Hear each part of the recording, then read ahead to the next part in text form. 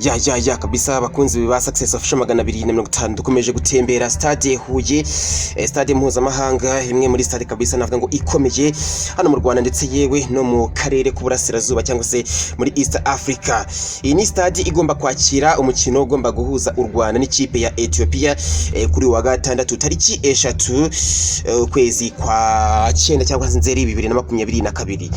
Mu gutembera stade Huye rero tugeze mu cyumba gikomeye cyane, ni cyumba cy'abanyamakuru cyangwa se icyumba cy'umunyamakuru wawogeza umupira kwa kundi nyine bagira ngo bahe amakuru abaturage batabashe kugera kuri stade, bashe kumenya ngo ese ikipe yanjye Amavubi imeze ite, ikipe y'u Rwanda imeze ute.